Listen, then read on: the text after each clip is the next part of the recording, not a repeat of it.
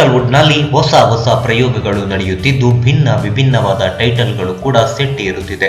ಈ ಪೈಕಿ ಉಮಿಲ್ ಚಿತ್ರವು ಒಂದು. ಎಲ್ಲಿಯವರೆಗೆ ಅಂದ್ರೆ ಉಮಿಲ್ ಇದೀಗ ತುಳುನಾಡು ಬಿಟ್ಟು ಕೆನಡಾಗೆ ಹಾರಿದೆ.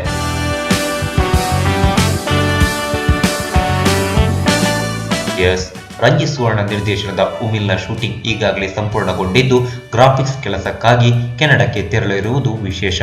ತುಳುವಿನ ಮೊಟ್ಟಮೊದಲ ಗ್ರಾಫಿಕ್ಸ್ ಚಿತ್ರ ಇದಾಗಿದ್ದು ಜನರಲ್ಲಿ ಉಮಿಲ್ ಬಗೆಗಿನ ಕುತೂಹಲ ದಿನದಿಂದ ದಿನಕ್ಕೆ ಹೆಚ್ಚುತ್ತಿದೆ.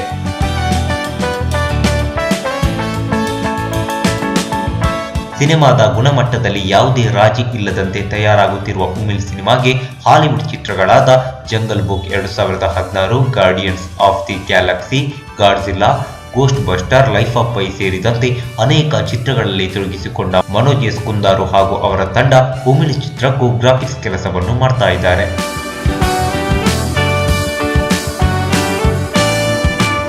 ಉಳಿದಂತೆ ಉಮಿಲ್ನ ಮಾಡೆಲಿಂಗ್, ಕಂಪೋಸಿಂಗ್, ರಿಂಗಿಂಗ್ ಸೇರಿದಂತೆ ಮುಂತಾದ ಗ್ರಾಫಿಕ್ಸ್ ಕೆಲಸಗಳು ಜ್ಯೋತಿರ್ಮಯ್ ಹಾಗೂ ಅನಿಲ್ ಕುಮಾರ್ ನೇತೃತ್ವದಲ್ಲಿ ಮುಂಬೈ, ಬೆಂಗಳೂರು ಮತ್ತು ಮಂಗಳೂರಿನಲ್ಲಿ ಕಾರ್ಯಗಳು ನಡೆಯುತ್ತಿವೆ.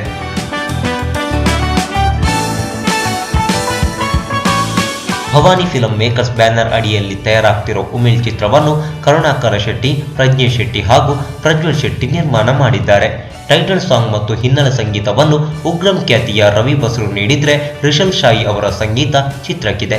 ಇನ್ನು ಮೊಟ್ಟಮೊದಲ ಬಾರಿಗೆ ಉಮಿಲ್ ಚಿತ್ರದಿಂದ ನಾಯಕ ನಟನಾಗಿರೋ ಉಮೇಶ್ ಮಿಜಾರಿಗೆ ಪೂಜಾ ಶೆಟ್ಟಿ ಮತ್ತು ನವ್ಯ ಪೂಜಾರಿ ನಾಯಕಿಯರು. ಉಳಿದಂತೆ ಚಿತ್ರದಲ್ಲಿ ನವೀನ್ ಡಿ ಪಾಟೀಲ್, ಅರವಿಂದ ಬೋಳಾರ್, ಭೋಜರಾಜವ ಮಂಜೂರ್, ಸತೀಶ್ ಬಂದಲೆ ಸೇರಿದಂತೆ ಮತ್ತಿತರರು ಚಿತ್ರಕ್ಕೆ ಬಣ್ಣ ಹಚ್ಚಿದ್ದಾರೆ.